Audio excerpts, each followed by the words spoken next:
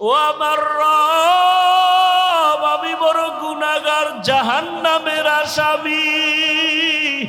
মানুষ আমাকে কত সম্মান করে, অথচ আমার গুনার কোনো শেষ নাই। মানুষ আমাকে মাওলানা বলে চেয়ার আগাইয়া দেয়, অথচ আমি মাওলা তোমার কাছে মানুষই হতে পারি নাই। চোখটাও আমার গুনার কারণে নাপাক। মানুষ জানে আমি বড় বক্তা, কিন্তু মাওলা তুমি জানো আমি সারা রাত মোবাইলে তাকায় তাকায় বেগানার ছবি দেখতেছি। মানুষ জানে আমি মসজিদের ইমাম, কিন্তু আমি সারা রাত মোবাইল চালাই। মানুষ জানে না, তুমি তো জানো আমার চক্ষু দুইটা নাপাক, আমার হাত দুইটা নাপাক, আমার অন্তর পরিকল্পনার গুনার কারণে নাপাক। ও আল্লাহ, তুমি আমাকে মাফ করে দাও। এইভাবে কিছু আল্লাহর বান্দারা আল্লাহর কথা মোহাব্বত নিয়ে জাহান্নামের ভয়ে কান্না করে। কিয়ামতের ময়দানে গুনাহগার উম্মতের পানির ফোঁটা বৃথা যাবে না। ওই পানি দিয়া জাহান্নামের আগুন নিভাইয়া আল্লাহ বলবে, বান্দায় বিনা হিসাবে জান্নাতের বাগানে চলিয়া যাও। আমার মুহাম্মদ, আমার প্রিয় হাবিবের হাতে কাউসারের পানি পান করো। ও আল্লাহর বান্দারা যারা গুনাহ করিয়া তওবার নিয়ত করিয়া কবরে যেতে পারলো তার কপাল ভালো।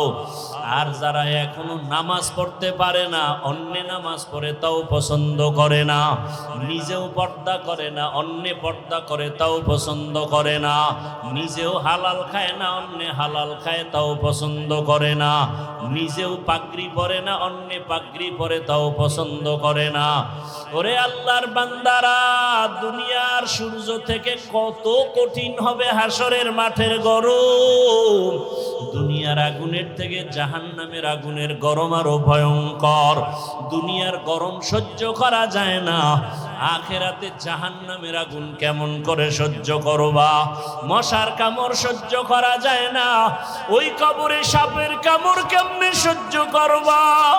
দুনিয়াতে বেতের বাড়ি সহ্য করা যায় না, গুনাহগার হইয়া কবরে গেলে মাটির চাপ কেমন করে সহ্য করবা? মায়ার নবী বলেন, ও আয়েশা, হাসরের ময়দানের কথা যখন মনে পড়ে আমার উম্মতের চিন্তা আমার চোখে পানি আসে, ধরে রাখতে পারি না। ও আর নবীর আশেক উম্মতের দল, যেই উম্মতের জন্য মায়ার নবী কান্না করেছেন, ওই নবীর আদর্শের মালা কেন গলায় লাগাও না? জীবনে তো দাড়ি কম কাটো নাই, নামাজ তো কম সারো নাই রে বাবা। মনে চাইছে বেপরদায় চলবা, দুনিয়ার মনের আশা মিটাইয়া চলছো। মনে চাইছে গান শুনবা, মনের আশা পুরাইয়া গান শুনছো। মনে চাইছে পার্কে পার্কে ঘুরবা, জীবনটা পার্কে পার্কে কাটাইলা। মনে চাইছে গীবত করবা, কারো বাধা মানো নাই, গীবত করে কাটাইছো। মনে চাইছে কাউকে ইজ্জত নষ্ট করবা, করে ফেলেছো। মনে চাইছে চুরি করবা, ডাকাতি করবা, মানুষকে বেইজ্জতি করবা, করেছো। মনে চাইছে শিক্ষকের সাথে বেয়াদবি করবা, করেছো। আমি আল্লাহ কিছু বলি নাই। মনে চাইছে মা বাবার সাথে বেয়াদবি করবা, করেছো। আমি আল্লাহ ধরি নাই। মনে চাইছে আলেমের বিরুদ্ধে কিছু বলবা, বলেছো। আমি আল্লাহ ধরি নাই। বরং আমি আল্লাহ বারবার ডাকি তওবার দরজা দিয়া, লা তাকনাতু মির রাহমাতিল্লাহ। এরে বান্দা, তোরে আদর করে আমি বানাইছি, আয় যত গুনাহ করেছো তওবার দরজায় ফিরিয়ে আয়, আমার কাছে তওবা কর। যদি তওবা না করিয়া কোনো দিকে দৌড় দাও, জাহান্নামের আগুন সহ্য করতে পারবি না রে গোলাম। এখনো সময় আছে, তওবা কর। ও আমার যুবক বাবারা, বৃদ্ধ বাবাজি, পর্দার আড়ালের মা বোনেরা, জীবনে তো বেপর্দায় কম চললেন না, বন্ধু বান্ধবী নিয়ে তো আড্ডা কম দিলেন না, স্বামীর টাকা গুনার কাজে ব্যয় তো কম করলেন না, মোবাইলে কত বাজে সময় নষ্ট করলেন। এখন অনুরোধ করি তওবা করেন, মনে মনে আমার আল্লাহকে ডাকেন, হে আল্লাহ, জীবনে বহু গুনাহ করেছি, তওবা করতে চাই, আর নামাজ ছাড়বো না, আর দাড়ি কাটবো না, বেপরদায় চলবো না, গীবত শেকায়াত করব না, মিথ্যা বলবো না, গালি দিব না, মা বাবার দোয়া নিয়ে চলবো, শিক্ষকের দোয়া নিয়ে, উলামায়ে কেরামের পরামর্শ নিয়ে, নবীজির আদর্শ মেনে চলবো। তওবা করার মতো যদি অন্তর তৈরি হয়, 2 ফোঁটা চোখের পানি ছেড়ে আমার মাওলাকে ডাক দাও। কান্না যদি না আসে, ডানে বামে তাকায় দেখো কার চোখে পানি। ওরে কান্নাওয়ালার দোয়া মাওলা খালি ফিরাবেন না, যাদের চোখে পানি আছে তাদের কাছে হাতটা বাড়াইয়া দোয়া চাও। ও বাবারা যারা এখানে এতিম, জীবনে আব্বা বলে ডাক দিতে পারবা না, অনেকে মা হারা অসহায়, মা বলে ডাক দিতে পারবা না, ওই মা বাবার কথা স্মরণ করে চোখের পানি ছেড়ে তওবা করো। আর যার বাবা বেঁচে আছে, থাকলে হাতটা বাড়াইয়া দোয়া নাও।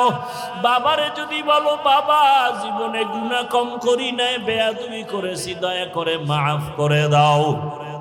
বাবায় যদি নেক নজরে তাকায়, তোমার কপাল খুলে যাবে। বাসায় গিয়া যদি পারো, মায়ের হাতটা ধরিয়া বলিও, মা জীবনে বহু কষ্ট দিয়েছি, তোমার হক আদায় করতে পারি নাই, মনে কত কষ্ট দেওয়ার কারণে তুমি গোপনে একা একা কান্না করেছো, মা তোমার দোয়া ছাড়া তো আমি মানুষ হইতে পারি নাই, তোমার চোখের পানি আর দোয়ার কারণে আজকে চেয়ারে বসছি, তোমার চোখের পানি আর দোয়ার কারণে আজকে সম্মানের মালিক। মা অনেক অন্যায় করেছি, তুমি আজকে আমার মাথায় হাত দিয়া দোয়া করে দাও। মা যদি এই কথা শুনে দেখবা চোখে পানি, মা চোখের পানি দিয়া নরম দিলে ডাকবে, বাবা আয় আয়।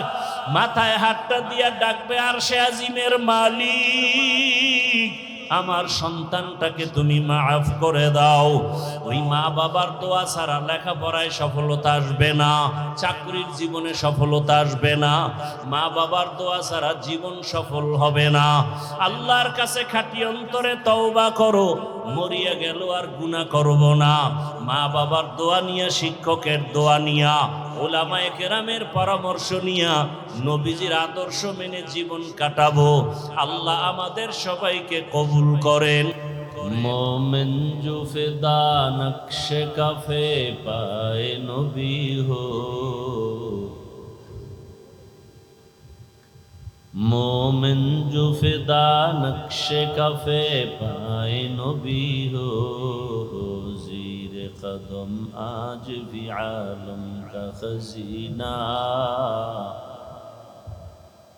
हो ज़ीर कदम आज भी आलम का खजीना।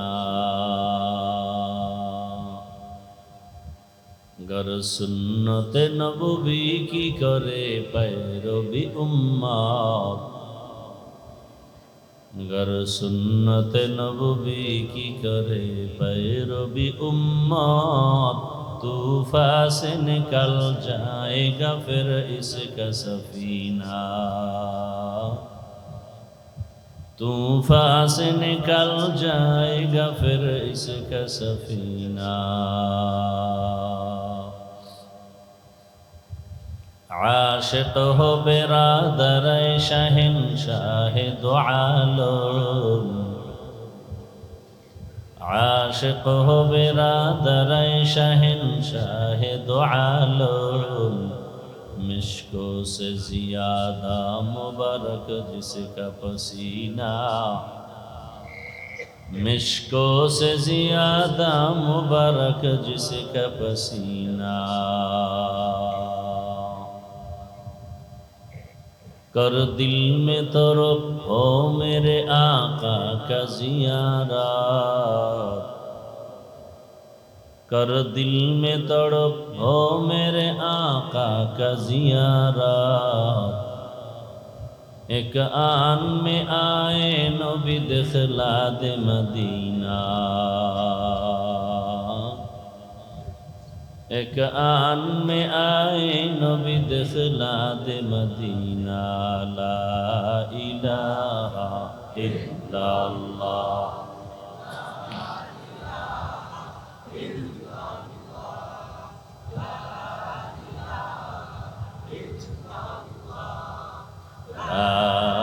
ला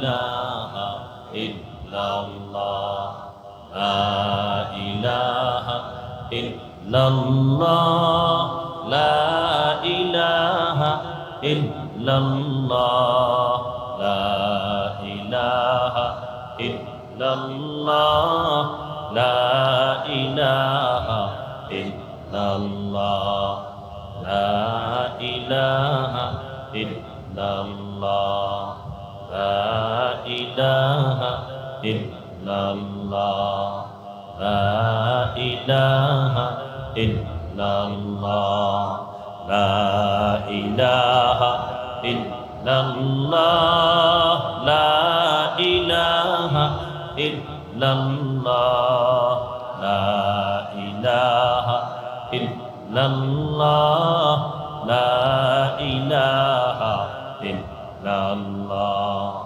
লা ইলাহা ইল্লাল্লাহ লা ইলাহা ইল্লাল্লাহ লা ইলাহা ইল্লাল্লাহ লা ইলাহা ইল্লাল্লাহ মুহাম্মাদুর রাসূলুল্লাহ।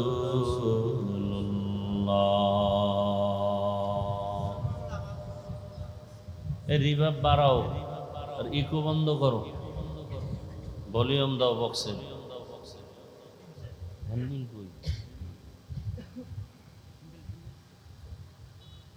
এই বই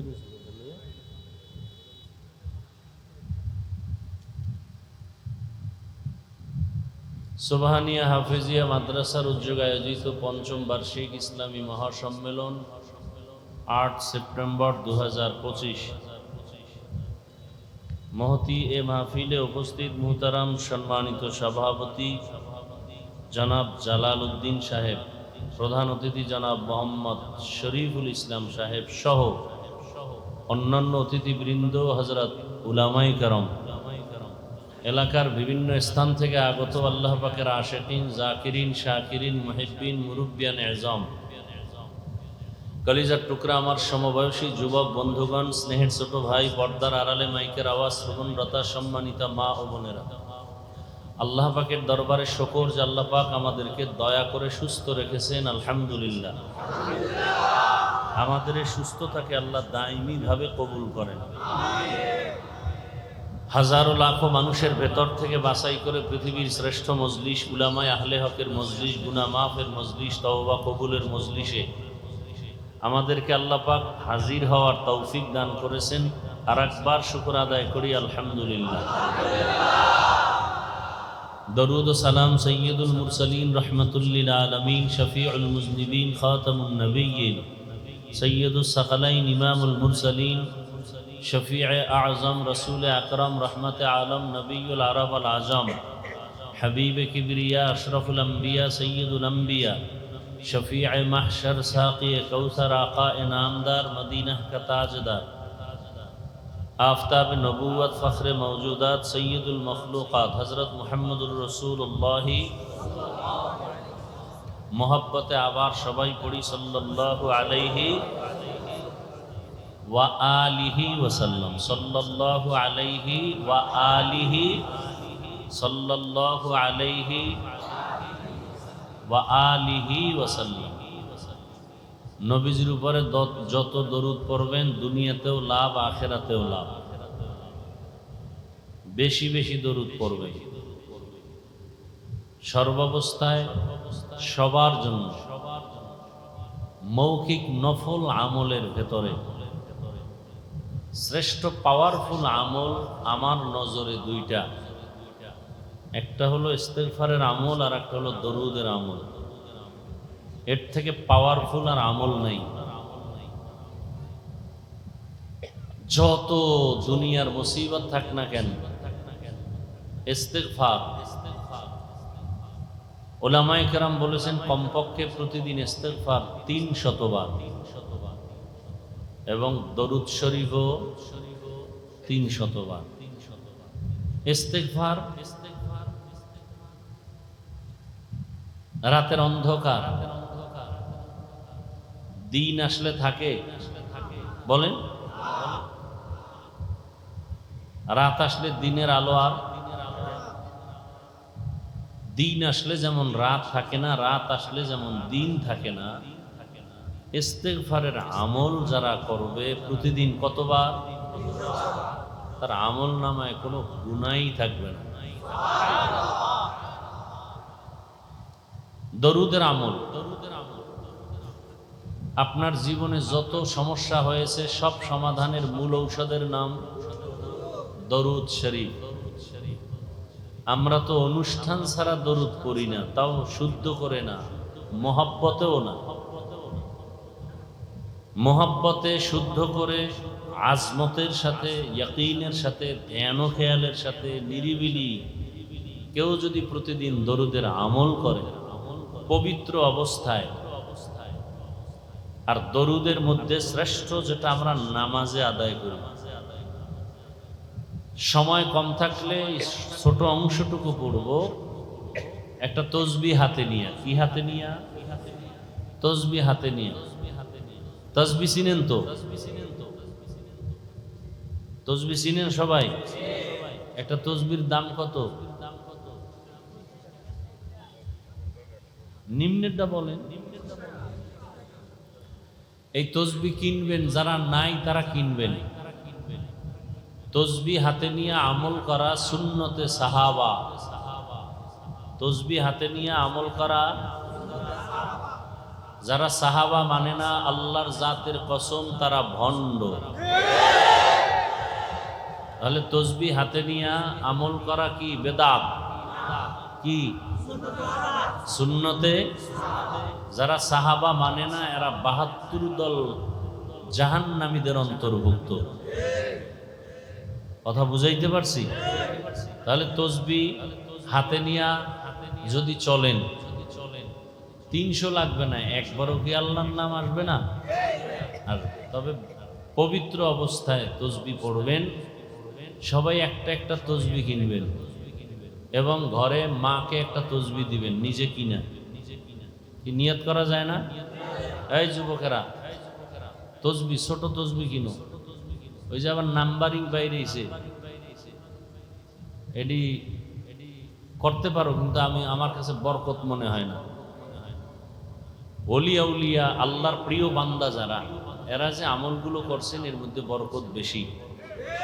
এর মধ্যে বরকত দলিল নিবা দলিল।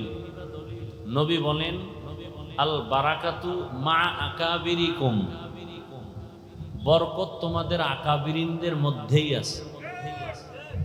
মুরব্বীদের মধ্যে আকাবির, আকবর, আকাবির, বড় মুরব্বী, এটার ফার্সিতে বলে পীর।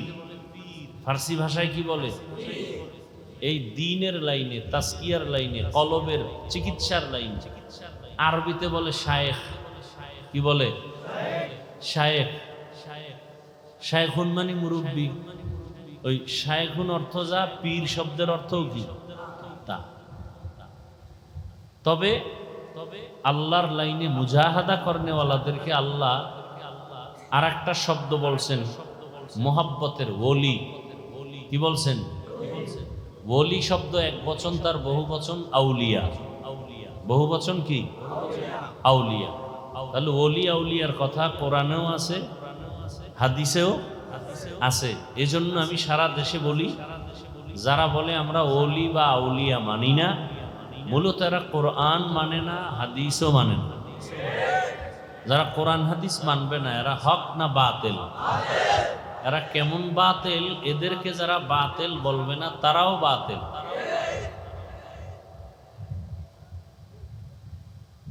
আল্লাহ বুঝার তৌফিক দান করেন।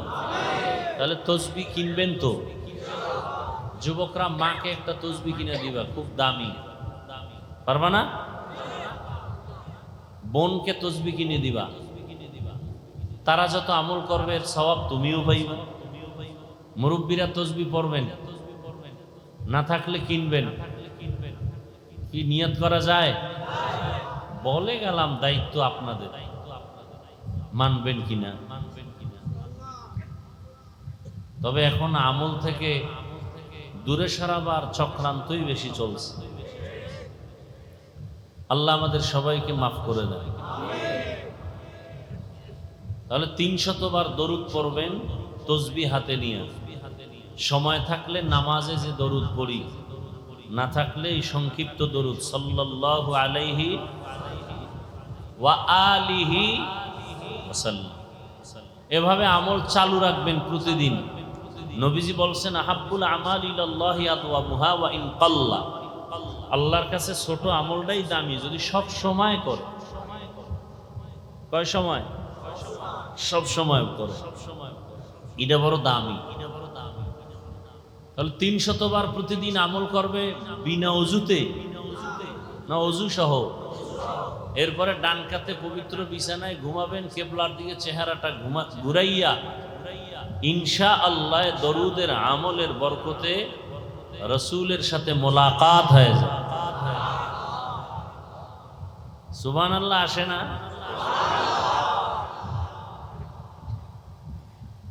রাত্র অনেক হয়ে যাচ্ছে, অনেকের পেরেশানি, টাইম দেখতেছেন, বাড়িওয়ালারা গেট লাগাই দিবে, সারা রাত রাস্তায় রাস্তায় ঘুরবেন। সোনার বাংলাদেশ তো, দিনে রাতে কখন কি হয় বলা যায় না। মুসল্লিরা অনেকে চায় ফজরের নামাজ মসজিদে গিয়ে পড়ি, বাড়িওয়ালা গেট খোলার তালার চাবি দেয় না। এরকম বাড়িওয়ালা নেই? এই সমস্ত বাড়ির মধ্যেই তো আগুন লাগার কথা। আল্লাহ হেদায়াত দান করে। এই ফ্যানটা এদিক দিয়ে বাতাসে আর ডিস্টার্ব করে, সামনে দিয়ে দাও।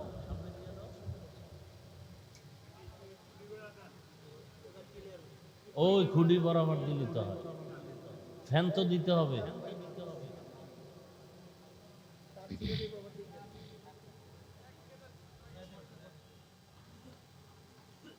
মিডিয়াওয়ালাদেরকে 1 মিনিট একটু কথা বলি। সবাই তো আপনারা দামি মানুষ, আল্লাহ আপনাদের খেদমতে বারাকা দান করেন।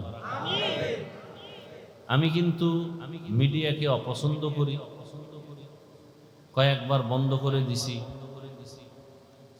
এরপর আবার চালু করেছি। আমার বয়ানগুলো আপনারা পুরাটা দিবেন, এটা আমার 1 নাম্বার দাবি। আমার বয়ান যদি আলাদা আপনারা 2-4 মিনিটের কাটিং করে দিতে চান, তাহলে আমার অনুমতি নিয়ে দিতে হবে। দ্বিতীয়বার যদি আমার কোনো বয়ান কাটিং করে আপনারা দেওয়ার কারণে কোনো বিতর্কিত আমাকে করেন, তাহলে পরের দিন থেকে আপনাদের মিডিয়া টোটাল সব বন্ধ। আমার ওয়াজের রেকর্ড আপনারা করবেন না, অনুরোধ। যদি আমাকে আপনারা বিতর্কিত করতে চান, কম তো করেন না, আর কত করবেন? যদি এমন কিছু হয় তো পরের দিন থেকে আপনারা আর আসবেন না, অনুরোধ। আমি কারো মিডিয়া চিনি না, আইডির নাম জানি না, এক একজনে 5-7টা আইডি চালায়, কি না কি আমি বুঝিও না। কে ছাড়লো, জিনে ছাড়লো না ফেরেশতারা, জানার দরকার নাই। বিতর্কিত কোনো আমাকে যদি করার মতো কোনো লিঙ্ক আসে মার্কেটে, আর আমি এটা কেউ, আমার তো ফেসবুক চালাই না, বুঝিও না, কেউ যদি আমাকে ধরায় দেয় যে হ্যাঁ এরকম একটা বয়ান গতকালকে আসছে, পরের দিন থেকে আপনারা আর আমার রেকর্ড করবেন না। দেখি আমার আল্লাহ কোথায় নিয়েছে। আপনারা ভুলেও আমার রেকর্ডে আসবেন না, বেয়াদবি ক্ষমা চেয়ে বলছি, কথাটা ভালো করে খেয়াল রাখবেন। আমার বয়ান কাটিং করবেন না, এবং আমার ছবির সাথে ভিন্ন কারো ছবি অ্যাড করে দিবেন না। বয়ানে আপনি ছাড়তেছেন আমার ছবির সাথে ভিন্ন, অনেক সময় মহিলাদের ছবি, বাজে ছবি দিয়ে আপনারা এগুলো আল্লাহর কাছে কি জবাব দিন? এই যে আমি 1-1.5-2 ঘন্টা বয়ান করি, মানুষ কাঁদতেছে, আপনাদের কি হালাত? মানুষ তওবা করতেছে, নামাজ ধরতেছে জাহান্নামের ভয়ে, আপনাদের কি অবস্থা? আল্লাহ হেদায়াত দান করুন। আল্লাহ আমাদের সবাইকে হেদায়াত দান করুন। আমি বিনয়ের সাথে অনুরোধ করে বললাম, আমি আর তদন্ত করব না। একটা লিঙ্ক যদি আসে আমাকে বিতর্কিত করার মতো, কারণ কথা বললে তো ভুল হতেই পারে। 2 ঘন্টা 1.5 ঘন্টা বয়ান করলে 2-1টা শব্দ উল্টাপাল্টা চেষ্টা করি না, ভুলে বের হতে পারে। সেজন্য তো বয়ানে ক্ষমা চাই, আল্লাহর কাছে ক্ষমা চাই। মুমিন, প্রকৃত মুমিনের গুণ হলো গোপন রাখবে, আর এটাকে যদি কেউ প্রকাশ করে তাহলে সেও গুনাহগার হলো, আর যত মানুষ এই সাথে সামিল হলো, দেখলো, শুনলো, সব গুনার অংশ হচ্ছে সে পাইল।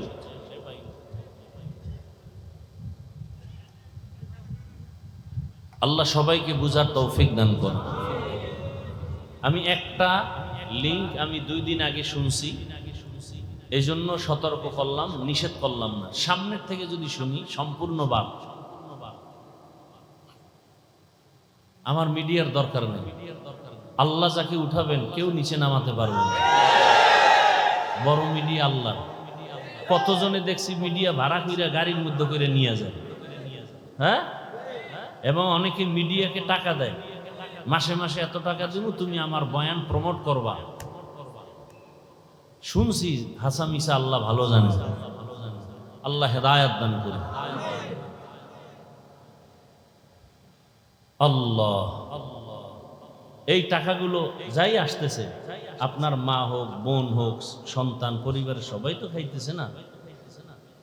তো এটাকে হালাল কেমনে করা যায়? যতটুকু সম্ভব অতটুকু কইরে আপনারা চলেন, যেন এটা দুনিয়াতেও আপনাদের ফায়দা, আখেরাতেও যেন এর যারা মুক্তির ব্যবস্থা হয়। যদি আপনার বয়ানটা শুইনা কেউ দিনের পথে আসে, তাহলে ওই ব্যক্তি যত সওয়াব পাবে আপনিও পাবেন। এই নিয়তে কাজ করেন, দেখবেন আল্লাহ বরকত বাড়াই দেন। আর আল্লাহকে বারবার বলবেন নামাজ পড়ে, আল্লাহ হালাল ভাবে রুজি অর্জনের রাস্তা খুলে দাও। যে আজকেও মাদ্রাসায় একটা লোক আসছে, সরকারি চাকরি করত, দাড়ি কাটতে হবে, নামাজ পড়া যাবে না, ছেড়ে দিছে। নোয়াখালী থেকে আসছে। পরে বললাম তো আমি কি করব? বলে আসছি আপনার দোয়া নিতে। আমি কিছু আমল দিলাম, আর বললাম পিপিলিকার রিজিক যদি আল্লাহ দিতে পারে, আপনি তো আল্লাহর কাছে দামি, তা আল্লাহ আপনাকে রিজিক দিবেন না কেন? এত টেনশন কেন? আপনি কি মহিলা? মহিলারা একটু দুর্বল থাকে, ভয় থাকে, আপনি তো পুরুষ। আল্লাহ কুদরতের দ্বারা রিজিক দিবেন। বান্দা যখন আল্লাহর দিকে আগাইতে চায়, আল্লাহ একটু পরীক্ষা করেন, ধৈর্য ধরতে হবে। কত মানুষ দিনের পথে আসতেছে। আপনাদের এই মিডিয়ার বয়ান শুনে যারা দেখে না, ভালো নিয়তে বয়ান ছাড়বেন, বয়ানের আগা নাই মাথা নাই, একটু মূল সময় বয়ান মানুষ পায় না। এই বিষয়গুলো আপনাদের বিবেকের কাছে রাখলাম। মানুষ যেন আপনাদের বয়ান শুনে দোয়া করে, বরদোয়া নিয়েন না। দূরের থেকেও বরদোয়া এসে লেগে যায়। আপনাদের মিডিয়ার লাইনে আমার চোখে দেখা কতজনে অনেক উপরে ছিল, এখন খবরও নেই। আমার জানা মতে এখন খবরও নেই। কারণ অন্যের ক্ষতি করলে সে ক্ষতির মধ্যে পড়বেই। আমি জানি ওরা এখন লজ্জায় আমার সামনেও আসে না। আমি চিনি, জানি, আমার সামনেও আসে না, আসতেও পারবে না।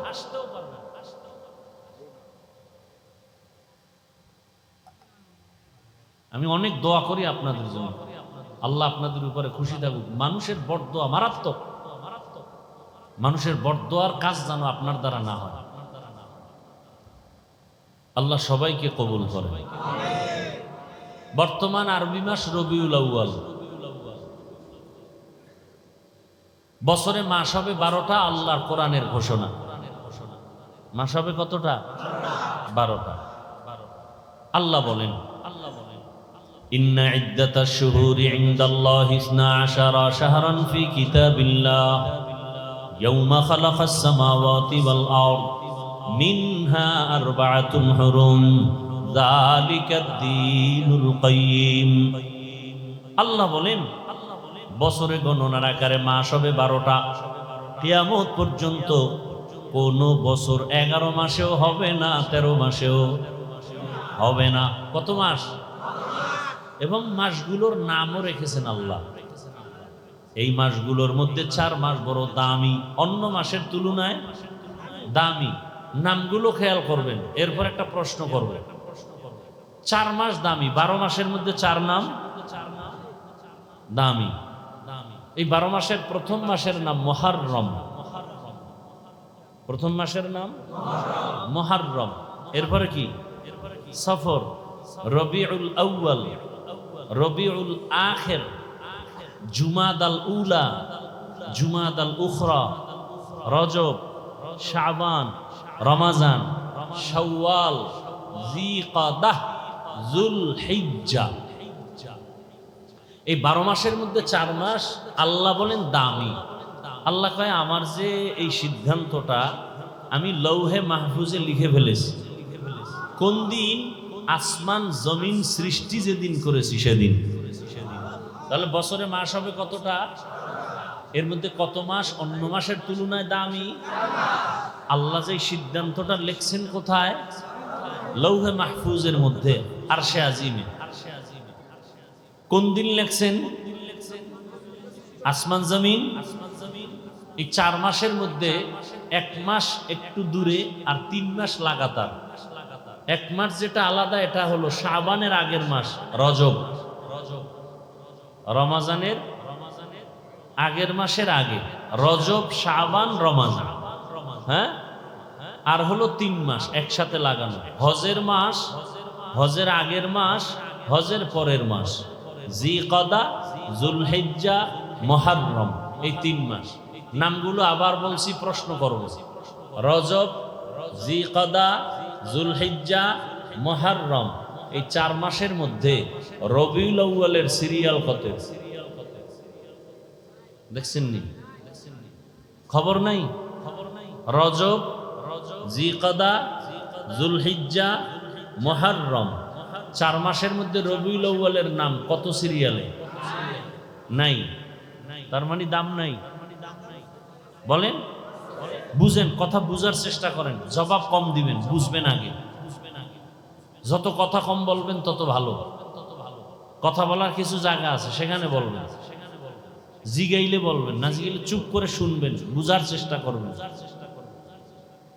রবিউল আউয়ালের দাম আছে। সবের থেকে তো রমাজানের দাম বেশি। এই 4 মাসের মধ্যে রমাজানের নামও আছে? নাই। এ বিষয়ে ভিন্ন আলোচনা রোজার সময় করছি। তো রবিউল আউয়ালের নাম নাই মানে কি দাম নাই? অবশ্যই আছে। আর ওই 4 মাস যে দামি সেটার প্রেক্ষাপট কি? মূলত রাসূল তো আসছেন বেঈমানদের সমাজে। আর বেঈমানদের তো কোনো ধর্ম নাই। বেঈমানের কোনো ধর্ম নাই, মনে যা চায় তাই চলে, তাই করে। তারা উল্টাপাল্টা করত, যখন তখন ঝগড়া, কলহ, দ্বন্দ্ব, যুদ্ধ, বিগ্রহ। আল্লাহর কাছে মুহররম দামি, হজের মাস দামি, হজের আগের মাস দামি। এই মাসগুলো আল্লাহ সম্মানিত ঘোষণা করে বুঝাইলেন এই মাসগুলোতে কোনো যুদ্ধ করা যাবে না। যুদ্ধ করা সেটা সেই সময়ের আইন, ওই আইন আর এখন বলবৎ নেই। এখন ইসলামের স্বার্থে প্রয়োজন হলে রাষ্ট্রের সমস্ত উলামায়ে আহলে হক বসে বোর্ড গঠন করে ফতোয়া দিলে যে যুদ্ধ করা যাবে, জিহাদ করা যাবে, তো জিহাদ করা যাবে। এখানে কোনো মাস নির্দিষ্ট নেই।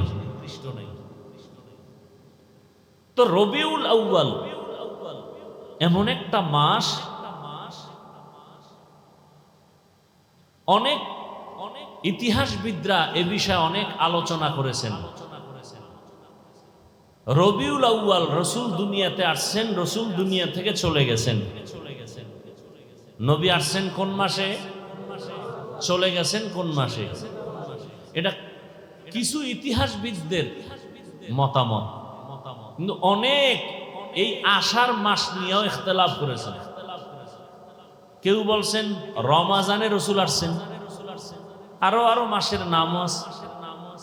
অধিকাংশের মতামত রবিউল আউয়ালে রাসূল আসছেন।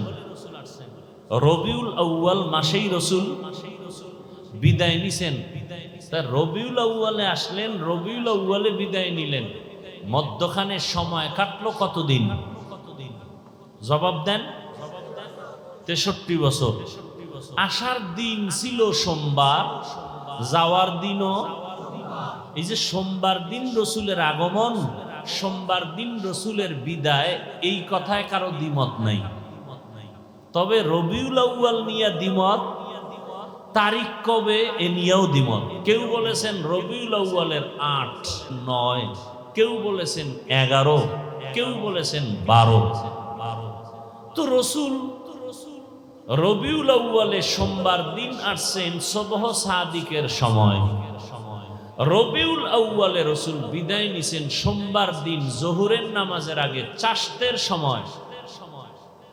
রসুলের বিদায় চাষতের সময় সোমবার, কবরে দাফন হলো রসুলের বুধবার দিন গিয়া রাতের তাহাজ্জুদের সময়। দেরি হলো কেন? ভিন্ন আলোচনা। মাইয়িতকে দেরি না করানো রসুলের আদেশ, দ্রুত দাফন করো। তো রসুলেরটা দেরি হলো কেন? সোমবার দিন ইন্তেকাল, বুধবার দিন গিয়া রাতের তাহাজ্জুদের সময় দাফন, দেরি হলো কেন? ভিন্ন আলোচনা। তো রসুল কবে আসলেন, কখন আসলেন, এটা আমাদের উম্মতের জন্য অত ইম্পর্টেন্ট না, মারাত্মক না। উম্মতের জন্য জরুরি হলো রসুল কি নিয়ে আসলেন, উম্মতের কি দিয়ে গেলেন, উম্মতের করণীয় কি, এটা হলো মূল বিষয়। এটা কি মূল বিষয়? নবী কি নিয়ে আসলেন, কি নিয়ে গেলেন, এ বিষয়ে আলোচনা। অবশ্য আমি আয়াত পড়েছি ভিন্ন একটি, যেটা সচরাচর রসুলের শানে এ আয়াত ব্যবহার হয় না, কিন্তু আলোচনার বিস্তারিত সমষ্টিগতভাবে সব এখানে ঢুকানো আছে। আল্লাহ কি বলছেন আয়াতে? ইয়া আইয়ুহাল্লাযীনা আমানুত্তাকুল্লাহা হাক্কা তুকাতিহ, দুনিয়ার মুমিন তোমরা আল্লাহকে ভয় করো হক আদায় করে ভয় করার মতো। ওয়ালা তামুতুন্না ইল্লা ওয়া আনতুম মুসলিমুন, মুসলমান না হইয়া কেউ মরণ বরণ করিও না। মুসলমান হইতে গেলেই তো রসুল লাগবে, লাগবে না? লাগবে। রসুলের আদর্শ ছাড়া কেউ কোনোদিন মুসলমান হতে পারবে? সম্ভব? সম্ভব। নবীজি কি বলছেন? হাদিসের একটু টুকরা পড়ছি, তরজমাটা বলেনি। আলা কুল্লুকুম রাইন ওয়া কুল্লুকুম মাসউলুন আন রাইয়াতিহি, সাবধান হে উম্মত, তোমরা প্রত্যেকেই দায়িত্বশীল। আল্লাহর আদালতে দায়িত্বের কারণে জবাবদিহিতার কাঠগড়ায় দাঁড়াতে হবে। তরজমা শেষ। এটার উপরে ব্যাখ্যা তাও আজ করব না। আয়াত নিয়ে কিছু কথা বলবো, ভূমিকায় রবিউল আউয়ালের কিছু কথা বলি।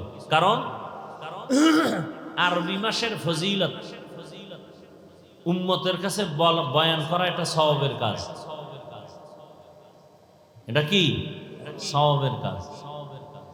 রসুলের আদর্শ নিয়ে আলোচনা, রসুল কি নিয়ে আসলেন। এই আপনারা এমন করেন কেন?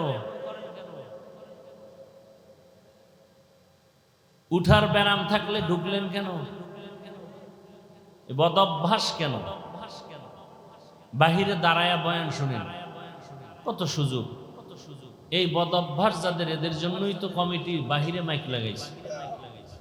কি ঘরে বয়ে বয়ে বয়ান শুনবেন আর বিড়ি টানবেন? বেহেশতের প্যান্ডেলে ঢুইকা কেন উল্টা পাল্টা করবেন? নিজের ক্ষতি করবেন, অন্যের ক্ষতি করবেন কেন? আপনার কপালটা এত দুর্বল কেন? আল্লাহ সব ভাইকে হেদায়াত দান করেন, মাহফিল কবুল করেন, আয়োজনকারীদের কবুল করেন, দান সৎকারীদের কবুল করেন, মাহফিলের বরকতে গোটা দুনিয়াবাসীকে কবুল করেন। বিশেষ করে মুসলমানের ঈমান আমল ইজ্জতের হেফাজত করেন। প্রবাসে যারা আছে আল্লাহ তাদেরকে হেফাজত করেন, বাংলাদেশ হেফাজত করেন, জালেমদের জুলুম থেকে সবাইকে হেফাজত করেন, জালেমদের আল্লাহ হেদায়াত দান করেন। আল্লাহর ইলমে জালেমদের যদি হেদায়াত না থাকে ধ্বংস করে দেন, কবরওয়ালাদের জান্নাত দান করেন। আমরা যারা বেঁচে আছি দীর্ঘ নেক হায়াত দান করেন, অসুস্থ যারা সুস্থতার নিয়ামত দান করেন। কামাই রুজি ব্যবসায় সবার হালাল বরকতে রিজিক দান করেন। দোয়াগুলোর দরকার নাই কারো, আমিন আল্লাহর কাছে যাবে না, আল্লাহ কবুল করেন।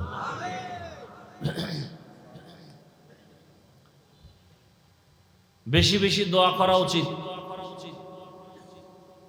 আন্তর্জাতিক হালাত, বিশেষ করে মুসলমানের জন্য, ঈমান নিয়ে বাঁচতে চাইলে, মরতে চাইলে বহু বিপদ সামনে অপেক্ষা করতেছে, বহু বিপদ।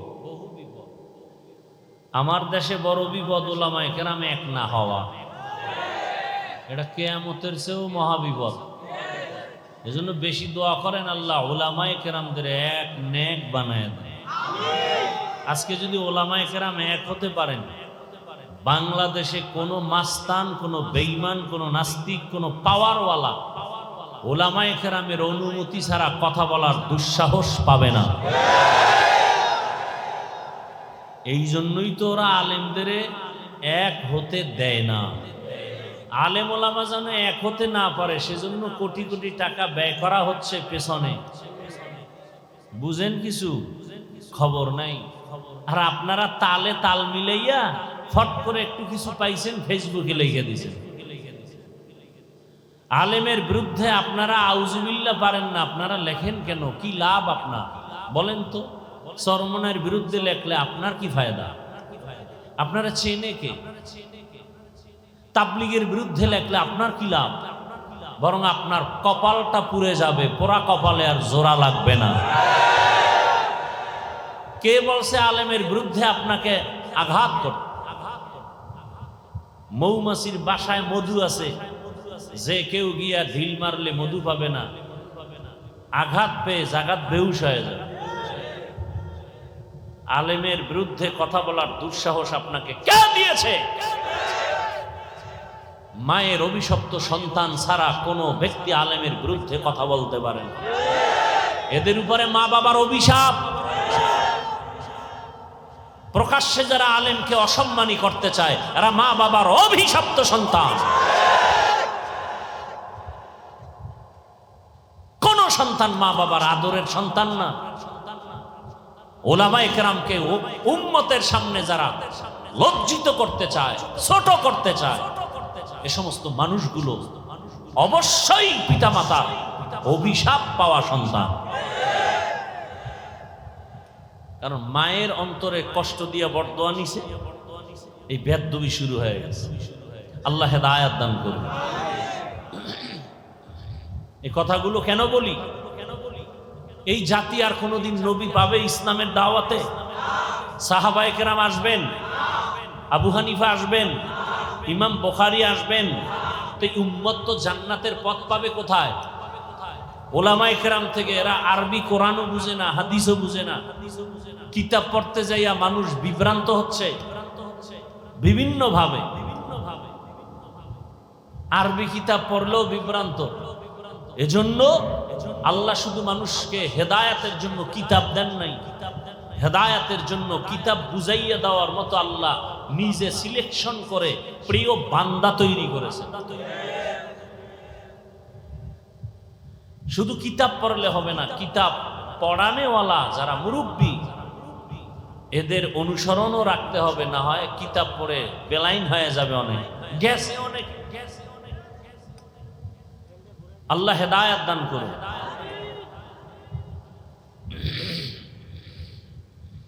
অতএব উলামায়ে কেরামের সম্মান বাড়ানোর প্রচেষ্টা করা উচিত, সহযোগিতা করা উচিত। একান্ত কিছু না পারলে চুপ থাকা উচিত। আলেমের ব্যাপারে বিরুদ্ধে কোনো কথা বলবো না, কলম ধরবো না, মন্তব্য করব। আল্লাহ আমাকেও মাফ করে দেন, আপনাদেরও মাফ করে দেন। তো রসুল রবিউল আউয়ালে কি নিয়ে আসলেন? গোটা জগতের মানুষের হেদায়েতের জন্য সুন্দর আদর্শ নিয়ে আসছেন। কি নিয়ে আসছেন বলেন? কি নিয়ে আসছেন? বিদায় বেলা রসুল দুই জিনিস উম্মতকে দিয়া চলে গেছেন। কয় জিনিস? এক হলো কোরআন, দ্বিতীয় হলো রসুলের সুন্নাহ, আদর্শ। নবী চ্যালেঞ্জও দিয়ে গেছেন, এই দুই জিনিস যারা ধরে রাখবে কিয়ামত পর্যন্ত, এদের সম্মানও যাবে না, ঈমানও আজকে দেখেন ঝামেলা ঝামেলা ঝামেলা, গোটা দেশে ঝামেলা, ব্যবসা প্রতিষ্ঠানে প্রত্যেকটা সেক্টরে ঝামেলা, কিন্তু যার কাছে রসুলের আদর্শ আছে তার কোনো পেরেশানি নেই। করোনায়ও ছিল না, স্কুল কলেজ ভার্সিটি চাকরি ফ্যাক্টরি সব বন্ধ, কোরআনের একটা ফ্যাক্টরি বন্ধ হয়েছিল? কোন আলেম না খায় মারা গেছে? ভিক্ষা করেছে? করেনি। আল্লাহ দেখায় দিলেন চোখের সামনে। কত লাশ আলেম ওলামারা হুজুরেরা কাঁধে নিয়ে করোনার জড়িত লাশগুলো দাফন করছেন। কোন হুজুর করোনায় মারা গেছে? আর কি দেখবেন চোখে বলে? এরপরে কি হুজুরেরা আপনাদের থেকে কোটি কোটি টাকা চায়? সরকারি বেসরকারি চাকরি করে 8 ঘন্টা ডিউটি, মাসে নিম্নে বেতন 20,000, এরপর হারাম খায়, সুদ খায়, ঘুষ খায়, বেতন মারে। কথা বলেন না কেন? আর একজন ইমাম সাহেব ডিউটি করে 8 ঘন্টা। কি মসজিদে ইমামতি ডিউটি 8 ঘন্টা?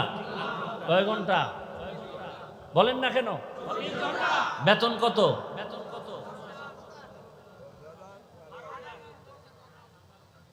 যেই জুলুমটা করেন, আমরা চেয়ারে বইলে তো সব পিড়িয়ে মেরে ফেলাইতাম। যে জুলুমেরও তো একটা সীমানা থাকা উচিত। 8 ঘন্টা ডিউটি করে 20,000 টাকা যদি পায়, আর ডান বামে টেবিলের তলে আরো খায় হারাম, আর 24 ঘন্টা ডিউটি করে পবিত্র আলেম, তার বেতন 5,000 হবে, সভাপতি দিবে 100, সেক্রেটারি আরো ধনী সে দিবে 50। কেন? বেশি দিলে সভাপতির সাথে বেদবি হবে। আছে না নাই? এরপরে দুর্ব্যবহার কত প্রকার, আর কোনো সীমানা নেই। কি নোটিশ জারি করে দিছি, ইমাম সাহেব বয়ান চলবে ধুম, মজার বয়ান, তবে রাজনীতি নয়। আপনি কি করেন? সুলাইমান নবীর সিংহাসনে আছেন? কয় না, দুনিয়ার যত নোংরা রাজনীতি আছে তার আমি গডফাদার। কথা বলেন না কেন? তো নোংরা রাজনীতি যদি কেউ করে, তারে কমিটিতে রাখেন কেন? ইমাম সাহেব রাজনীতি করবে, করলে কোরআনেরটা করবে, সুলাইমান নবীর আইনেরটা, আল্লাহর আইনেরটা করবে, মদিনারটা করবে, নোংরাটা করবে না। এতে দোষ। আর আপনি নোংরা করলে কোনো দোষ নাই। হুজুর বলে কেন সেই দোষ? এক হুজুর সুদের বিরুদ্ধে ওয়াজ করছে, কমিটি বলে আপনি 1 মাসের জন্য বাড়িতে ছুটি নেন, ঘুরে আসেন। আছে না নাই? কারণ শিয়ালের হাতে মুরগি দিলে যা হয়, সুদখোর ঘুষখোর বেনামাজির হাতে মাদ্রাসা মসজিদের চাবি দিলে তো তাই হবে। সুদ খাওয়া হালাল না হারাম? ঘুষ খাওয়া হালাল না হারাম? কেমন হারাম? পায়খানার চেয়ে একটু ভালো। হ্যাঁ, আল্লাহ বলেন দুনিয়াতে আমার দুশ্মন আছে অনেক, তার মধ্যে বড় 2 দল দুশ্মন। বড় দুশ্মন কয় দল? এক দল যারা সুদের সাথে আছে, কোরআনের আয়াত। আর এক দল আমার বড় দুশ্মন, যাদের সাথে আমি আল্লাহ নিজে যুদ্ধ করব। এবার বুঝেন তো আল্লাহ কতটা রাগ হইয়া বলে আল্লাহ নিজে যুদ্ধ করবেন। একদল সুদের সাথে জড়িত, আর এক দল ওলিয়া উলিয়া পছন্দ করে না, দুশ্মনী করে। আল্লাহ বলেন এরাও আমার বড় দুশ্মন। এজন্যই তো আমি বলি, সারা বাংলাদেশে চ্যালেঞ্জ দিয়ে বলি, যারা ওলিয়া উলিয়া মানে না, এরা কোরআন হাদিস মানে না, এরা ভণ্ড। এদের যারা ভণ্ড বলে না, তারাও ভণ্ড। এই বয়ান যদি মসজিদে জুমায় কোনো ইমাম সাহেব করে, উভয় আছে? বলবে যে 1 মাসের ছুটি। কে? এজন্য আবরার সাহেব বলে গেছেন না, সব দেখার দিন শেষ। কে দেখছেন? ওনার আওয়াজ নেই। এখানে বয়া কয় এটি ভোটের আগে টাকা খাইবো পায়খানার নামে বয়ের। বউর পেটটার খানা হারাম করবে, মাইয়া পোলার রক্তটারে হারাম করে ফেলবে ভোটের টাকা খাইয়া। এত বড় নিকৃষ্ট মানুষ হতে পারে? নিজে হারাম খায় খায়, তোমার শিশু বাচ্চা নিষ্পাপ, রক্ত পবিত্র, ওকে কেন হারাম টাকা খাওয়াও? বাপ নামের কলঙ্ক, স্বামী নামের কলঙ্ক। তুমি হারাম খাবা, হুজুরদের সাথে চ্যালেঞ্জ দিয়া খাইয়া মর, জনমের মতো খাও। কিন্তু নিষ্পাপ বাচ্চার কি অপরাধ? ওই বাচ্চাটার রক্ত পবিত্র, ওকে হারাম ঢুকাইয়া কেন রক্ত নাপাক করেছো? তোমাকে এই অধিকার আল্লাহ তো দেননি। স্ত্রীর রক্ত নাপাক করতেছো হারাম টাকা দিয়া। আল্লাহ হেদায়াত দান করুন। মুসিবত। আর এই হারাম খাইবে যারা, সুদ ঘুষ, নামাজ হবে না, রোজা হবে না, তেলাওয়াত হবে না, মোনাজাত কবুল হবে না, হজ করলে সওয়াব হবে না, কে বলবে এই কথাগুলো জাতিকে? কে বলবে? তবে আমগো হুজুর বলছেন, যেহেতু হুজুর গো বয়ান শুনবা না, ওই ভোটের আগে টাকা খাবাই, এরকম যারা কসম খাইছো এরা খাইলে কম খাইও না, জনমের মতো খাইও, বাকি ভোটটা দিবা ইসলামের পক্ষে। টাকা খাওয়ার সময় বলবা ভাই খাওয়া, মনের মতো খাওয়া, ভোট না দিলেও দোয়া দিব।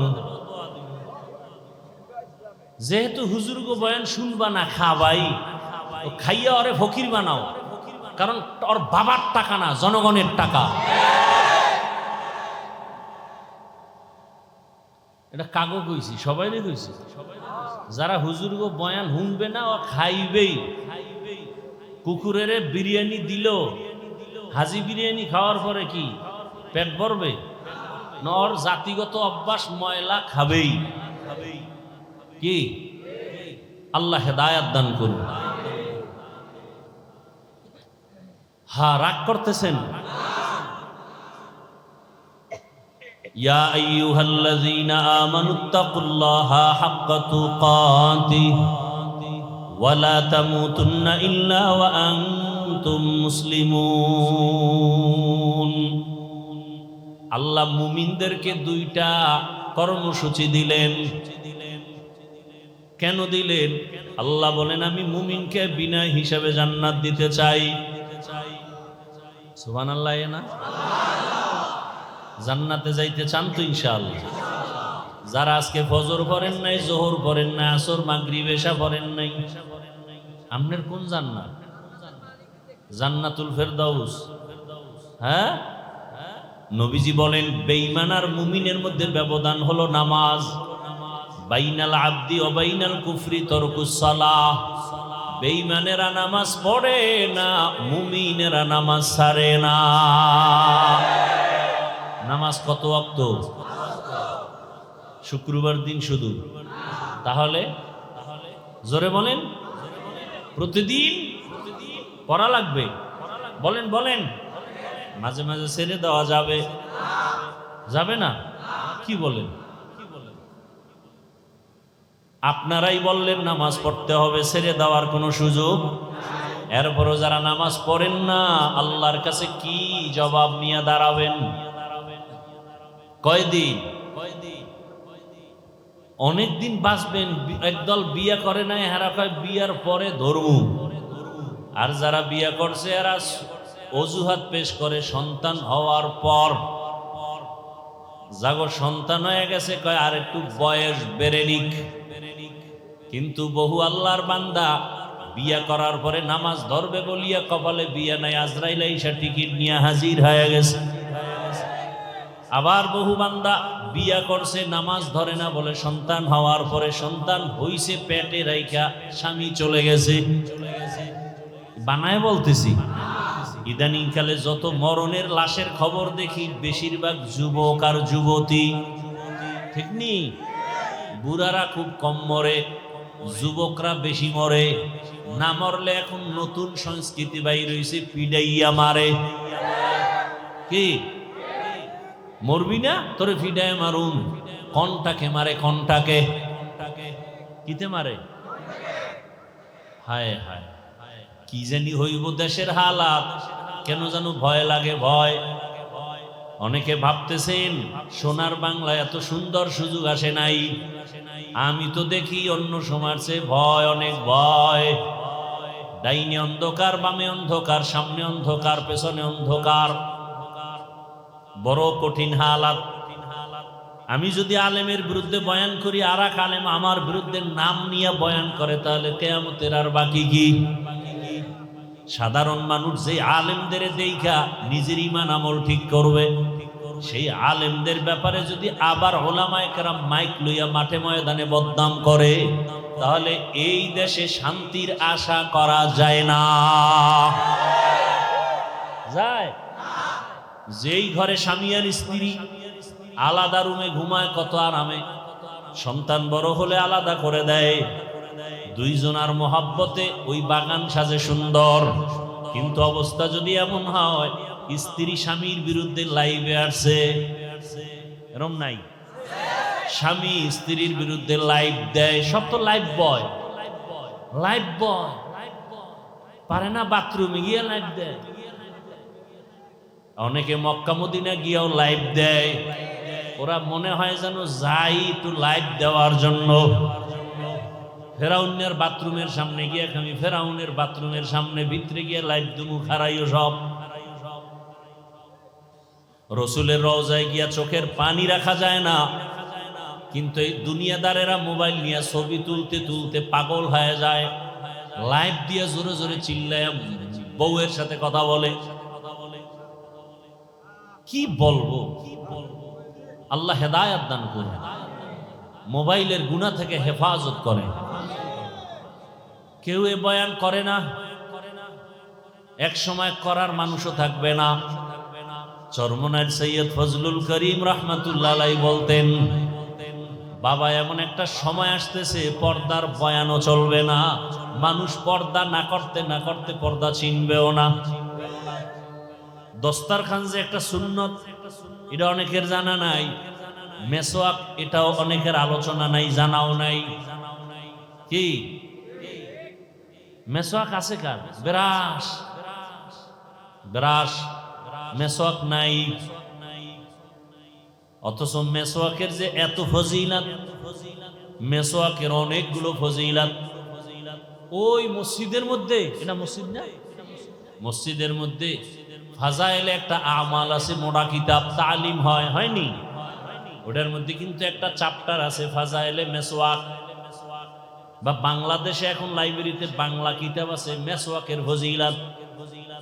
মেসওয়াক, যারা ঠিক মতো মেসওয়াক করবে তাদের দাঁতে পোকা হবে না। ঠিক মতো যারা, আমি তো ব্রাশ করি, মেসওয়াকও করি, দেখলাম যে মেসওয়াকের মতো পরিষ্কার দাঁত হয় না। আমি দেখছি তো। মেসওয়াক যারা ঠিক মতো করবে তাদের মুখে দুর্গন্ধ থাকবে না। কেউ যদি ঘুমের আগে মেসওয়াক করে ঘুমায়, আর কণ্ঠ কোনোদিন বসবে না। ঘুমের থেকে উঠে মেসওয়াক করবে, তার জীবনে যত পুরস্কার পাবে এর মধ্যে বড় পুরস্কার মরণকালে কালেমা জারি হয়ে যাবে।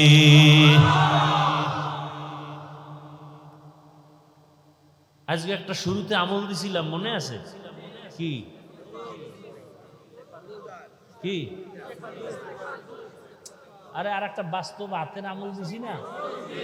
কি আর একটা আমল লন, এখন যেটা বললাম করবেন নি? এখন কইবেন কোথায় পাবো খেজুর গাছ? হ্যাঁ, এখন দোকানে মেসওয়াক বেচে না? বেচে।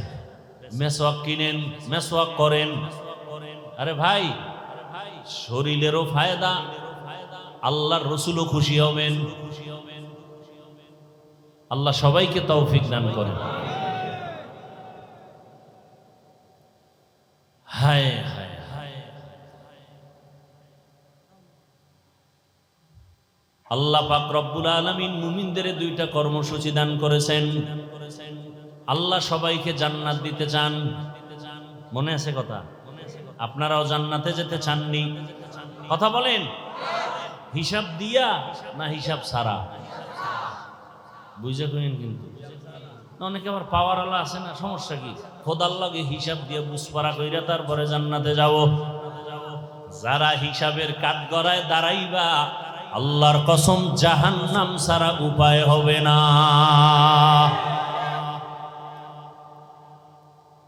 এই জন্যই তো রহমতের নবী বারবার দোয়া পড়তেন, আল্লাহুম্মা হাসিবনি হিসাবাই ইয়াসিরা। এই দোয়াটা পড়েন কি? আল্লাহুম্মা হাসিবনি হিসাবান ইয়াসিরা, আল্লাহুম্মা হাসিবনি হিসাবান ইয়াসিরা। আর একটা সহজ দোয়া সব সময় পড়বেন, রব্বানা আতিনা ফিদ দুনিয়া হাসানা ওয়া ফিল আখিরাতি হাসানা ওয়া কিনা আযাবান নার। পাওয়ারফুল দোয়া। রব্বানা আতিনা, হে আমার রব আমাকে দাও, ফিদ দুনিয়া, দুনিয়ায় হাসানা, সব কল্যাণ, দুনিয়ার সব কল্যাণ আমারে, অকল্যাণ দিও না। আর কি? ওয়া ফিল আখিরাতি হাসানা, আখিরাতের কল্যাণ আমারেও দাও। দুনিয়ার কল্যাণ, ঝগড়া হবে না, ভালো স্ত্রী পাবো, সন্তান নিয়ে পেরেশানি থাকবে না। হাসানা, দুনিয়ার ভালো, আমি 5 ওয়াক্ত নামাজ পড়ব, কষ্ট হবে না। অসুস্থতার ব্যারামে আমার ইবাদত ছুটবে না। আমি ব্যবসায় যাব, হালাল ভাবে বরকত দিন দিন হতেই থাকবে। মিথ্যা কথার অভ্যাস হবে না, গালি দেওয়ার অভ্যাস আসবে না, গীবত শিকায়াত করার অভ্যাস আমার হবে না, বেপরদায় চলার অভ্যাস হবে না। আল্লাহ যদি হাসানা দিয়েই দেন, আমার জীবনটা হবে ধন্য। আমি মরিয়া গেলেও থাকবো অমর, হাটহাজারীর হুজুর মরিয়াও অমর, জুনায়েদ বাবুনগরী মরিয়াও অমর, শাইখুল হাদিস রহমাতুল্লাহ আলাইহি মরিয়াও অমর, মুফতি আমিনী রহমাতুল্লাহ আলাইহি মরণের পরেও তারা অমর। মানে কি বুঝেন? মরার পরেও জিন্দা। মানুষের অন্তরে প্রশংসা না বদনাম? সরমনাইল সৈয়দ ফজলুল করিম ইন্তেকালের পরেও অমর। সবার অন্তরের মধ্যে মায়া, মোহাব্বত, কথা ঠিক নেই? উজানির হযরতেরা দুনিয়া থেকে চলে গেছেন, কিন্তু মানুষের অন্তরে আছে, ঠিক নেই? এরে নবীর উম্মতের দল। হাসানা, দুনিয়ার সব কল্যাণ, আখিরাতের কল্যাণ কি? ও আল্লাহ, হাসরের ময়দানটা যখন কায়েম হয়ে যাবে, আরাফার ময়দান হবে হাসরের মাঠ। সারা দুনিয়া হাসরের মাঠ, আরাফার ময়দান মক্কার পার্শ্বে। আল্লাহর বিচারালয়, স্টেজ হবে আদালত। নারীরাও উলঙ্গ দাঁড়াবে, পুরুষেরাও উলঙ্গ দাঁড়াবে। একদিকে সূর্যের গরম, আল্লাহ বলবে সূর্য নিচে আয়, নিচে আইসা তোর যত মুখ আছে নিচে কর, যত গরম আছে সব জমিনে ছাড়। সূর্যের গরমে মাটির জমিনটা পুড়িয়া তামা হয়ে যাবে। লোহা হবে না কেন? সূর্যের গরমে জমিনটা পুড়িয়া স্বর্ণ হবে না কেন? রূপা হবে না কেন? তামা হওয়ার কারণ, ওদিন তো ইনসাফের বিচার হবে। স্বর্ণের মধ্যে ওই গুণ নাই, তামার মধ্যে যে গুণ আছে, রূপার মধ্যে নাই, লোহার মধ্যে নাই। বলে কেমন? বলে লোহার এক অংশ গরম করলে ভিন্ন অংশ গরম হবে না। স্বর্ণ তাই এক, রূপাও এক। তামা এমন একটা ধাতু, এক অংশ গরম হলে পুরা অংশটাই সাথে সাথে গরম হয়ে যাবে। নারীরা উলঙ্গ, পুরুষেরাও উলঙ্গ দাঁড়াবে। অন্যদিকে আবার জাহান্নামের আওয়াজ, এত বিশাল জাহান্নামের গুরিম গুরিম আওয়াজ হবে। হাসরের ময়দানে সূর্যের গরমে মানুষ বেকারার হয়ে যাবে। ওদিকে জাহান্নামের আওয়াজ, জাহান্নামের আওয়াজে হাসরের ময়দানটা থর থর করে কেঁপে উঠবে। জাহান্নাম চিল্লায় বলবে, ও দয়ার মালিক, জাহান্নামের ক্ষুধা নিবারণের জন্য সমস্ত গুনাহগার গুলো আমার পেটের মধ্যে দাও। বেনামাজি এক, আমার জীবনটা এমন একটা কষ্টের গেছে তুমি জানো না। আমার জীবন দুনিয়াতে আসছি বড় মুসিবতের সমাজে, দুনিয়ায় এমন অবস্থা আসছি আয়েশা জানো না। তুমি আমার তো জীবনের শেষ পর্যায়ের একজন স্ত্রী, তুমি আমার সুখের সময়ের বিবি, দুঃখের সময় তুমি দেখো নাই। আমার এমন দুঃখের দিন, জমিনে আসছি, মক্কার মানুষ আমার চারদিকে দুশ্মন, আমি দুনিয়াতে আসার আগে আমার আব্বাকে হারাইয়া ফেলছি। জীবনে আসি আমি একবারও আব্বার চেহারাটাও দেখতে পারি নাই। আমার আব্বাকে আমি আব্বা বলে ডাক দিতেও পারি নাই। ও আয়েশা, 6 বছর বয়স, তখন আমার আম্মা জানো দুনিয়া থেকে চলে গেছেন। আমি এখন মা হারা বাবা হারা বড় এতিম অসহায়। 8 বছর যখন আমার বয়স, আমার দাদা আব্দুল মুত্তালিবও চলে গেছেন। এখন আমার আপন বলতে কেউ নাই। আমার দাদা বিদায় বেলা চাচা আবু তালিবের হাতে দিয়া বলছে, আমার নাতির যেন কোনো কষ্ট না হয়। দুনিয়াতে আসিয়া বাবারে দেখে নাই, মাকেও হারাইয়া আমার নাতি আমার পাশে রাতের বেলা ঘুমাইতো। মাঝে মাঝে ঘুমের মধ্যে মা মা বলে চিল্লায় উঠছে। আমি আদর করে এত দূর নিয়ে আসছি, আমার হায়াত বুঝি শেষ। ও আবু তালিব, আমার নাতির দেখাশোনা করিয়া রাখবি, কোনদিন আমার নাতি যেন কষ্ট না পায়।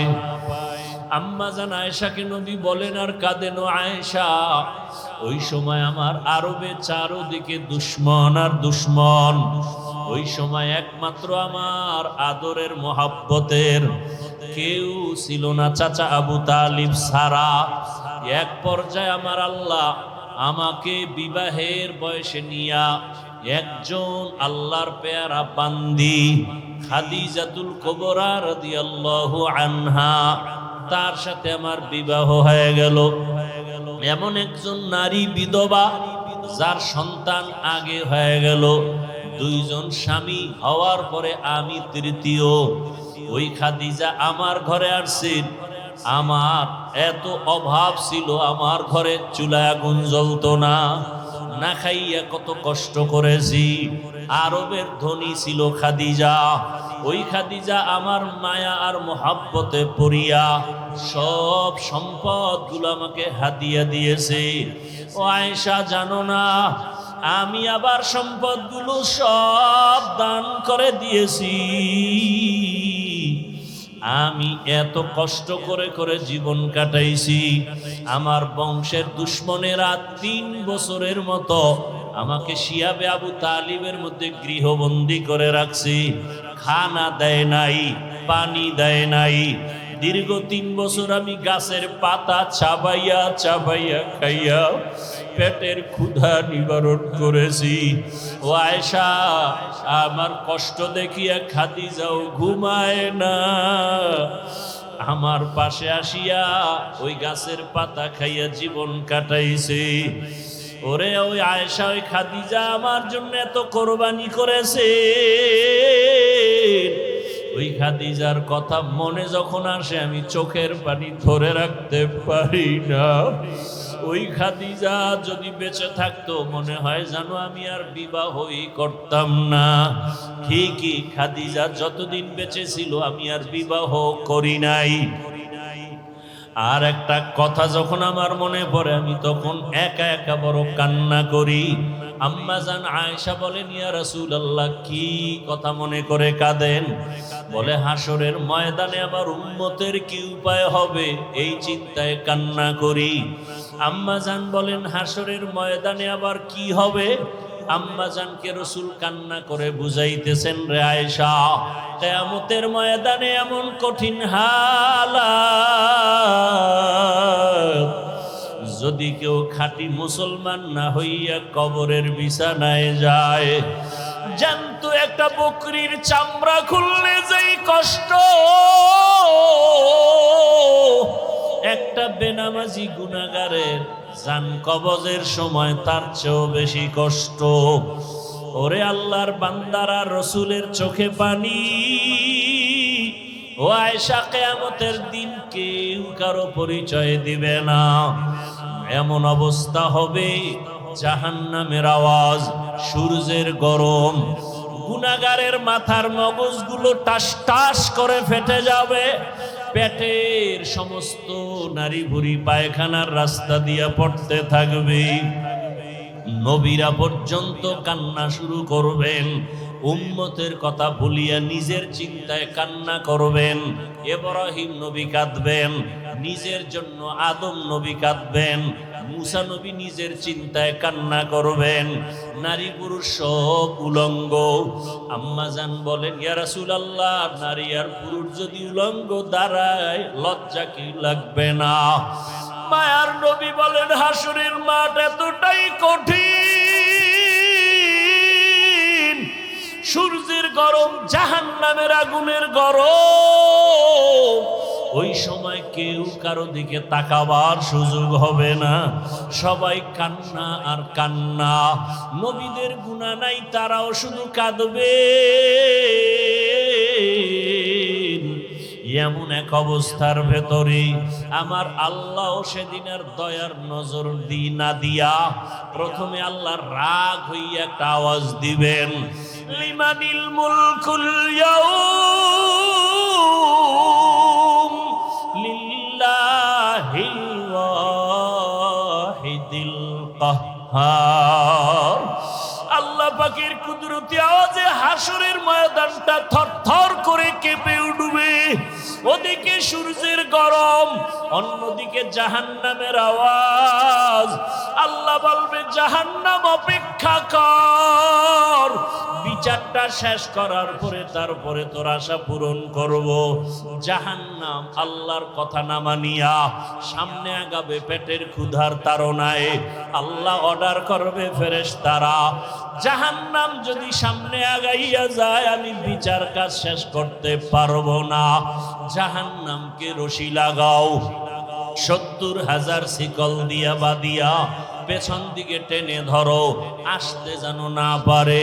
কিন্তু তারপরও আল্লাহর অর্ডারে শিকল লাগাইয়া জাহান্নামকে ধরে রাখতে পারবে না। রহমতের নবী বলেন, জাহান্নামের এমন আওয়াজ, হাসরের ময়দানটা এমন কঠিন হালাত হবে, এমন অবস্থা দেখে আমি আর সহ্য করতে না পাইরা সেজদায় পড়ে যাব। আমি সেজদায় পড়িয়া কান্না শুরু করব। সূর্যের গরম সহ্য করা যায় না, জাহান্নামের আওয়াজ সহ্য করা যায় না। ওদিকে আমার আল্লাহ বড় রাগান্বিত আওয়াজ দিছেন, ও দুনিয়ার টাকাওয়ালা ক্ষমতাওয়ালারা, বাহাদুরি করছো, দেখাও তোমার আজ বাহাদুরি কেমন। এমন অবস্থা আমি সেজদায় পড়িয়া কান্না শুরু করব। ঈসা নবী কাঁদছেন নিজের জন্য, মুসা নবী কাঁদবেন নিজের চিন্তায়। আমি কান্না করিয়া রবের সামনে একবারও আমার কথা বলবো না, আমি কান্না করে বারবার বলবো, আমার উম্মত, আমার গুনাহগার উম্মত। নবী কাঁদবেন আর বলবেন, আল্লাহ জাহান্নামে ফিরাও, জাহান্নাম ফিরাও, আমার একটা উম্মত যেন জাহান্নামে গ্রাস করতে না পারে, জাহান্নামকে ফিরাও। ফেরেশতারা শিকল দিয়ে ফিরাইতে পারে না। তখন আমার মায়ার নবীর কান্না দেখিয়া আমার মাওলার রাগ ঠান্ডা হয়ে যাবে। মাওলা ডাক দিয়ে বলবে, আমার মায়ার নবী, আপনার কান্না আমি সহ্য করতে পারি না, আপনি মাথা উঠান, আপনি কি চান আমি এখন দিয়া দিব। মায়ার নবী বলবেন, ইয়া রব, আমার উম্মতের জাহান্নামে দেওয়া যাবে না, জাহান্নামকে ফিরাইয়া দেন। আমার রব আমার নবীকে ঠান্ডা করার জন্য, রাজি ও খুশি করার জন্য কুদরতি হাতে একটু পানি দিবেন। আল্লাহ কুদরতি আওয়াজ দিয়া বলবে, ফেরেশতা, আমার এই পানিটা নিয়ে জাহান্নামের গায়ে ছিটাইয়া দাও। ফেরেশতারা পানি নিয়ে যখন ছিটাইয়া দিবে, জাহান্নাম দ্রুত গতিতে পেছনে ভাগতে থাকবে। ফেরেশতারা বলবেন, হে আমাদের রব, যেই জাহান্নামের শিকল দিয়া ধরে রাখতে পারি না, এমন কি পানি দিলেন যে জাহান্নাম পেছনে দৌড়ায়। এটা কি বড় বরকতি জমজমের পানি, নাকি আবে হায়াতের পানি, নাকি এটা বীরে শেফার পানি, না সমুদ্রের কোনো পানি? ও আল্লাহ, এটা কেমন বরকতের পানি? আমার আল্লাহ তখন বলবেন, এটা সমুদ্রের কোনো পানি না, বীরে শেফার পানি না, জমজমের পানি না, এটা কোনো বৃষ্টির পানিও না। এই পানি আমার মায়ার নবীর গুনাহগার উম্মতের চোখের পানি। দুনিয়াতে আমার মায়ার নবীর উম্মতেরা মাঝে মাঝে গুনার কারণে একা একা বসে কান্না করত, আমারে মাঝে মাঝে ডাক দিয়া বলতো, আল্লাহুম্মা গফিরলি ওয়ারহামনি। ও আমার রব, আমি বড় গুনাহগার, জাহান্নামের আসামি। মানুষ আমাকে কত সম্মান করে, অথচ আমার গুনার কোনো শেষ নাই। মানুষ আমাকে মাওলানা বলে চেয়ার আগাইয়া দেয়, অথচ আমি মাওলা তোমার কাছে মানুষই হতে পারি নাই। গুনার কারণে আমার হাত না পাক, আমার চোখ না পাক, আমার জিহ্বা না পাক, গুনার কারণে আমার অন্তর না পাক। এই হাতের দ্বারা কত জুলুম করলাম, লেখার মাধ্যমে কত জুলুম, আঙ্গুল দিয়ে লেখলাম, জুলুম করলাম। জবানের দ্বারা কত মিথ্যা বললাম, এই জবানের দ্বারা কত গালি দিলাম, এই জবানের দ্বারা কত গীবত শেকায়াত করলাম। চোখটাও আমার গুনার কারণে না পাক। মানুষ জানে আমি বড় বক্তা, কিন্তু মাওলা তুমি জানো আমি সারা রাত মোবাইলে তাকায় তাকায় বেগানার ছবি দেখতেছি। মানুষ জানে আমি মসজিদের ইমাম, কিন্তু আমি সারা রাত মোবাইল চালাই। মানুষ জানে না, তুমি তো জানো আমার চক্ষু দুইটা নাপাক, আমার হাত দুইটা নাপাক, আমার অন্তর পরিকল্পনার গুনার কারণে নাপাক। ও আল্লাহ, তুমি আমাকে মাফ করে দাও। এইভাবে কিছু আল্লাহর বান্দারা আল্লাহর কথা মোহাব্বত নিয়ে জাহান্নামের ভয়ে কান্না করে। কিয়ামতের ময়দানে গুনাহগার উম্মতের পানির ফোঁটা বৃথা যাবে না। ওই পানি দিয়া জাহান্নামের আগুন নিভাইয়া আল্লাহ বলবে, বান্দায় বিনা হিসাবে জান্নাতের বাগানে চলিয়া যাও।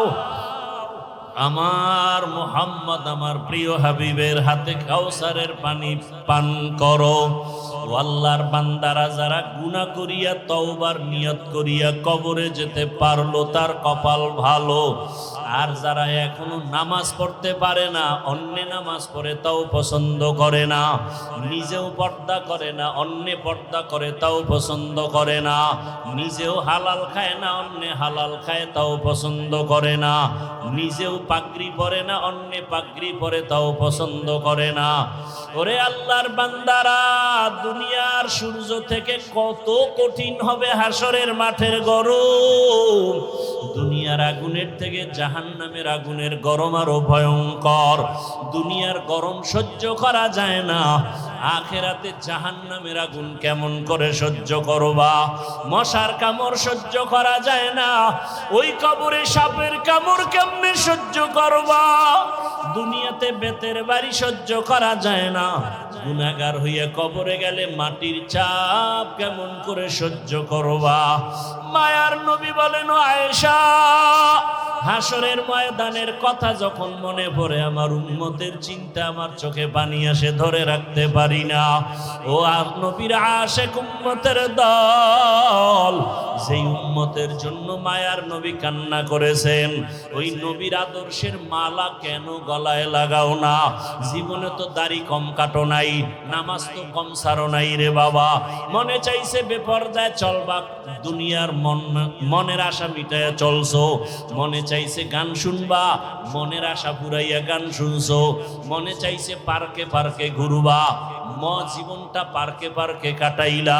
মনে চাইছে গীবত করবা, কারো বাধা মানো নাই, গীবত করে কাটাইছো। মনে চাইছে কাউকে ইজ্জত নষ্ট করবা, করে ফেলেছো। মনে চাইছে চুরি করবা, ডাকাতি করবা, মানুষকে বেইজ্জতি করবা, করেছো। মনে চাইছে শিক্ষকের সাথে বেয়াদবি করবা, করেছো। আমি আল্লাহ কিছু বলি নাই, মনে চাইছে মা বাবার সাথে বেয়াদবি করবা করেছো, আমি আল্লাহ ধরি নাই। মনে চাইছে আলেমের বিরুদ্ধে কিছু বলবা বলেছো, আমি আল্লাহ ধরি নাই। বরং আমি আল্লাহ বারবার ডাকি তওবার দরজা দিয়া, লা তাকনাতু মির রাহমাতিল্লাহ। এরে বান্দা তোরে আদর করে আমি বানাইছি, আয় যত গুনাহ করেছো তওবার দরজায় ফিরিয়ে আয়, আমার কাছে তওবা কর।